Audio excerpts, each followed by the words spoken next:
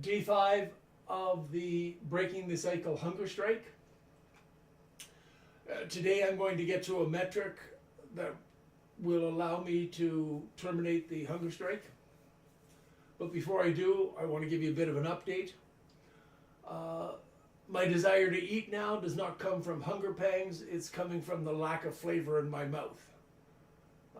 The Japanese actually have a special word for that term that basically means your mouth is hungry for flavor.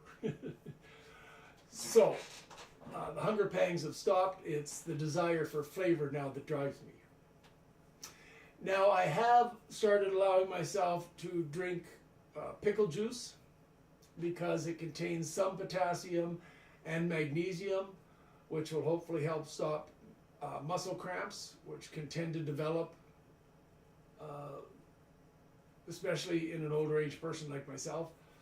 I've been known to have night cramps, for which I usually take magnesium citrate, but without taking food, that only causes diarrhea because it attracts water to the intestinal system rather than allowing it to be absorbed by the body.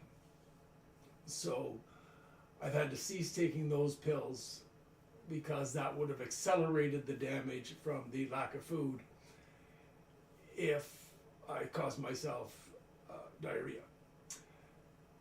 Now, the mechanism for ending the hunger strike. When somebody or a group of people manages to raise me $100,000 to test the systems I suggested in the Zenodo experiment, and for those of you that still haven't checked it out, it's at zenodo.org/records/180699994.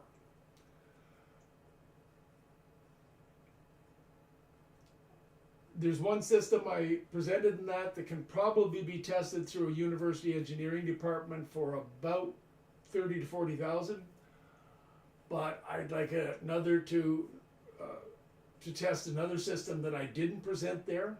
That's probably a better system for larger production of energy, but the system I presented was an easier way to test and measure to prove the validity.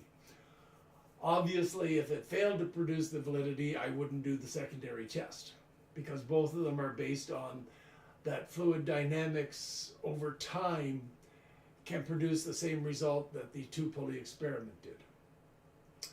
And there's obviously a little bit extra in there to cover my expenses and to allow me to be present at the testing. The reason for that is people we have seen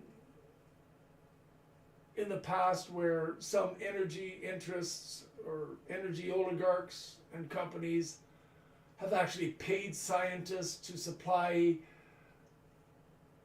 evidence and data to show that carbon monoxide or carbon dioxide, whatever it is, sorry, remember, brain's a little bit reduced in capacity, that burning petroleum wasn't damaging the environment as much as the world made out to be, or as the majority of scientists let it out to believe. So I need to be present to make sure that the experiment is done properly, that the measurements are not rigged, simply to protect the knowledge. So,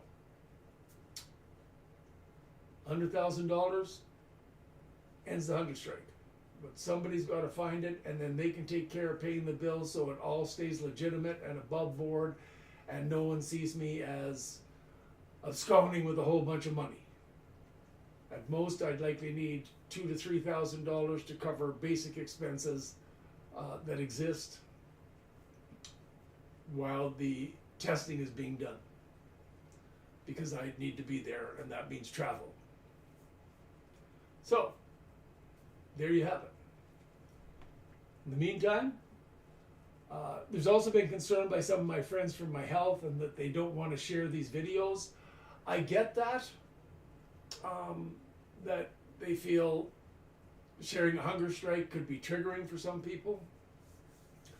But you don't have to share the hunger strike. Share the cooperation economic system in the book form.